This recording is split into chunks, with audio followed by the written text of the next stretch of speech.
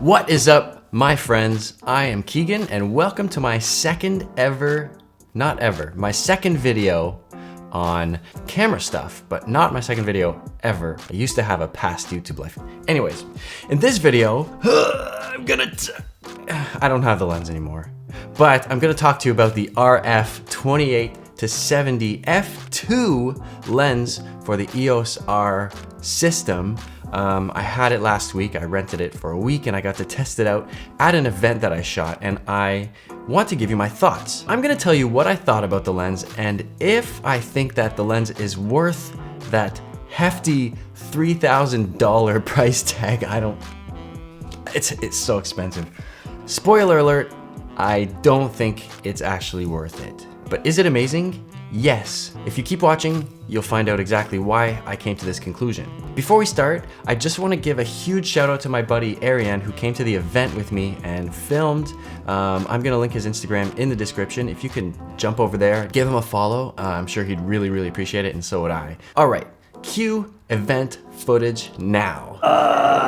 The nice thing about this lens is it has some close focusing abilities. I think the closest I can focus, at least on the meter on the camera, it says 0.39 meters. So I can get pretty close to the food and get some almost macro shots. So let's go do that. So this very wide f2 aperture is helping out a lot. We got some top lighting right here, which is super nice for the sushi. Also, I'm getting super close. I don't want to actually accidentally touch the food with the lens.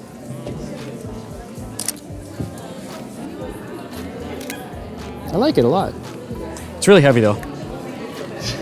It's getting heavy in my hands. I feel like if I dropped it, this thing would break. So it's super low light right now. I'm gonna go the pretty low shutter speed, 1/40. Let's see if I can hold my camera steady enough to take a shot without it getting too blurry from the shake. At f2, let's see if it's blurry. A little bit. I'm gonna put the shutter speed up a little bit just to get rid of some of those handshakes.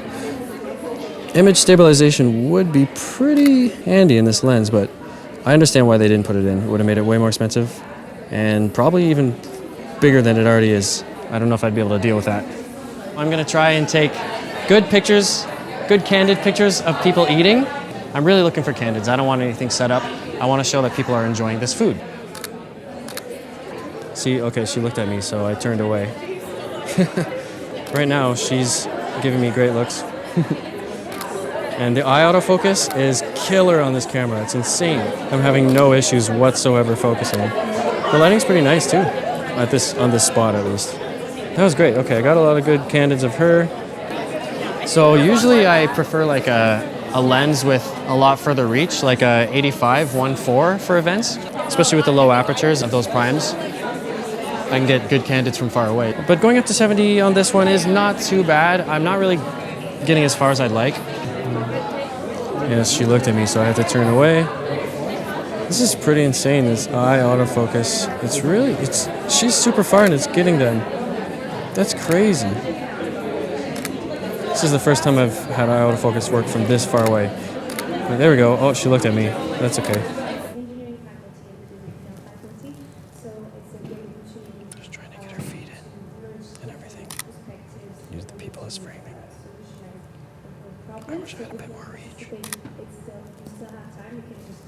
if you heard that? So far, how long has this event been going for? Like an hour? Already?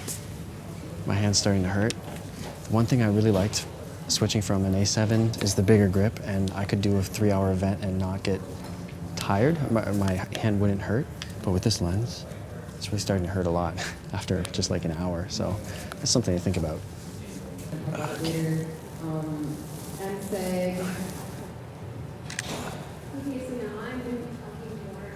All right, we're gonna go outside. Oof, freezing. That's the one thing about Montreal. It's very cold. But we're gonna try and get some nice pictures through the window. Ariane is the filmer, and it was his suggestion to come outside, so I can't take credit for that. I'm gonna shoot at 1/80 because no one's really moving in there. I can drop the ISO a little bit to 800. Still shooting at f2. to let in as much light as I possibly can. So far, I haven't found use for a flash, so there's a good thing about this lens. Imagine putting a flash on this with this lens. That would be a huge setup, and I would probably have huge biceps after. Oh, another presenter. Yeah, my hands are getting really cold now, but.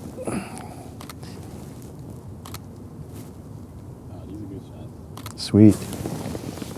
I'm taking tons of pictures because I don't really care about my keeper rate, to be honest. It's digital, so I'll just spend a couple hours going through all the photos, and I don't know, I call myself a lucky photographer sometimes. I think about composition a bit, but okay, still think about composition, but I just like to take a lot of pictures so that in the end, I end up with a lot of keepers. I feel like if I didn't take a lot of pictures, I would probably end up with like 5 keepers, and then what am I getting paid for? She just waved at us. Now they're laughing at it. That means now we gotta go talk to them. What can you do? So it saves you money and also saves the environment. So how it works is... Oh, I love this flip out screen. talk about picture conversion lens. We also do more hands-on volunteers things like non-perishable foods and like gloves. You guys are photographers? Yes, like enjoying You guys were food. my students. 1 minute, 37 seconds later. Stay around. My first friend.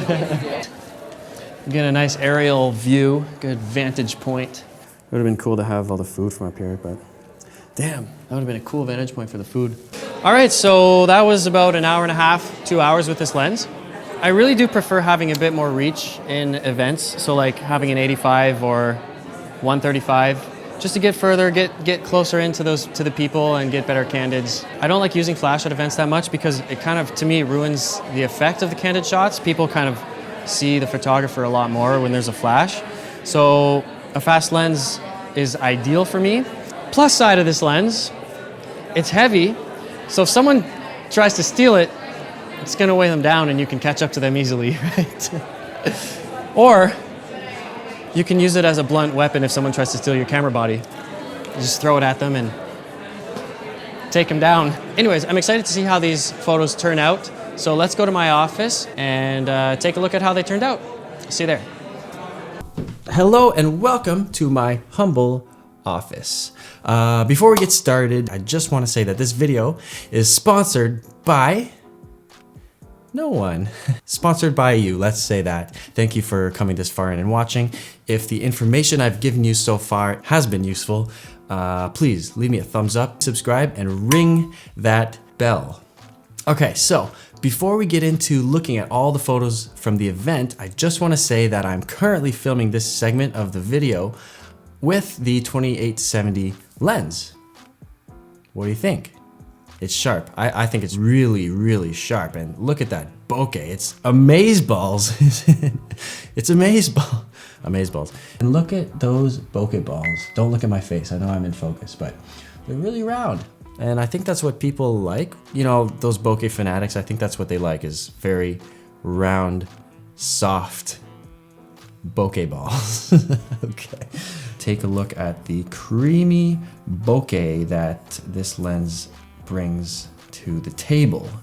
No pun intended, if that's even punny at all. I don't know. Okay, a couple of general points about the 28-70. It's sharp. Everyone says it. It's true. The image quality that comes out of this lens is tack sharp, baby. I love it. Look at this. I zoom into the sushi. It's incredibly sharp, and I shot that at 1/100, as you can see up here in the corner. There's another photo. I'm gonna zoom in it just to show you how sharp this lens is. Not too shabby. Look at the apple, right where it's focused, around the apple here, the grapes, and the strawberry up here. You can see that even when I zoom in super close, especially with the 30 megapixel sensor of the EOS R, it's pretty dang sharp. I'm very happy with it. This one I also cropped in as well. And hopefully next time, I will learn. Some images I had to shoot at a lower shutter speed, like this one for example, 1/80, and still I was able to keep my hand steady enough to get some decent sharpness from the lens. Another thing is in low light, definitely it helped to have the aperture of f2, and yes, of course, it was handy to have f2 for the entire zoom range of 28 to 70. And also with that large f2 aperture, I didn't find that I needed a flash for this event. I just was able to use the room ambient lighting, and actually that was it. It was night, so there was no natural light coming in from outside. Another point that I wanted to make is, let me find the image and show you something here. Okay, this is great. As you can see, we have great emotion in this picture. She's laughing, he's smiling, they're presenting, it's nice. But unfortunately, the background is but ugly. It's ugly. And maybe I should have changed my position a little bit to get the wall background. However, let's say I had a lens with an even larger aperture. I'm thinking more along the lines of 1.4 or 1.2. I would have been able to just destroy that background. You know, you'd still have a little bit of context with the projector, but the background wouldn't be as distracting as it is now. The next point I need to bring up about this lens is about image stabilization. And there's a bit of a low light trade-off between this and other zoom lenses that have image stabilization. This 28 to 70 doesn't have it, but the aperture opens to f2, letting more light in, which means you can raise the shutter speed and get rid of some motion blur. On the flip side, the 24 to 70 f2.8 lens has image stabilization. So that means you can lower the shutter speed a little bit, especially when you're shooting non-moving subjects. You will be able to shoot in some lower light conditions, even though it's at f2.8 versus f2. If your subject is moving, on the other hand, you're still gonna need to raise the shutter speed to freeze their motion. So image stabilization won't help you there, okay? So I hope I was clear with that trade-off. Anyways, let's move on. Okay, let's look at a couple of the human people shots I took at the event. The eye autofocus on the EOS R was insane. It was so accurate, and I was blown away for the entire event. Honestly, I was shooting people really far and still I had eye autofocus lock on. For example, in this picture, this guy was super far and still the eye autofocus locked straight up tack sharp on him. Looking at this picture now, the eye autofocus was focusing directly on her eye. She was super far away and still it locked onto her eye and not even her face. And I don't know if this is true at all, but maybe it's a testament to the sharpness of this lens. It's so clear that it's helping the eye autofocus work even more. At least that's what I think. I don't know if it's true. Anyways, I've never had eye autofocus work this good before. Okay, one thing that I forgot to mention earlier was the corner and side sharpness of this lens. It's quite amazing. And this photo kind of shows that off a little bit. Here I was shooting at f2 still. Let's zoom into this sesame seed here. And look, we're right on the edge of the photo here. And actually, even looking right here at the pick thingies, whatever they're called, look at how sharp that is. Let me turn off the sharpening just so we can take a look at it without a little bit of post-processing here. Boom. So that's sharpening off. I'm impressed. I really am. Moving on. For you videographers out there, this lens focus breathes a lot. And for videography, that's not such a great thing because you don't want the focal length to change even a tiny bit when you're making a big rack focus. For photography, it's not as big of a deal, right? The next thing I need to mention is the pain this lens gave me. No, not any like emotional pain or anything, but it gave me a bit of hand pain. One of the reasons that I switched from Sony to Canon is because of the grip size. I like the size of the grip on the Canon, and I shot events with it for hours with a smaller lens and no pain, no tiredness, whatever in my hand. However, with this lens, quickly after an hour, it got tired. All I'm saying is that it's heavy, and if you're not used to carrying around a lens that size and weight, it's gonna hurt. That's all I'm gonna say. Moving on, it is nice to have the close focusing abilities of this lens, especially considering that it has that zoom range. However, the RF 35mm covers one focal length of this lens, right? 35mm. It also is a lot lighter and smaller. Also, it's a lot cheaper. Plus, it's a macro lens. So in my eyes, I would prefer to have that 35mm, just that lens over this 28 to 70. All right, it's time for my final thoughts. When you have a specialty lens like this, there are definitely some compromises that Canon has to make. The compromise in this lens is you're trading weight, size, and image stabilization for sharpness, and a large zoom range, of course, at a very high aperture. But in my eyes, I don't think the compromise is worth it, especially at the price point of $3,000. In my case, I would stick with spending that money on primes because, like I said, I don't mind carrying around primes.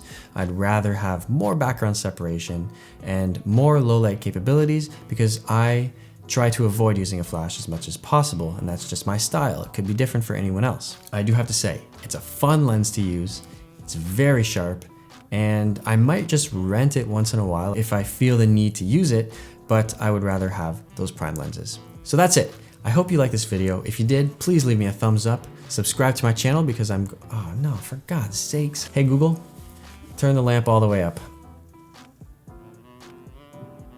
So I hope you enjoyed this video. If you did, please leave me a thumbs up and subscribe because in the future, I would love to make more videos about photography, videography, and general life stuff. That's just really what I want to do.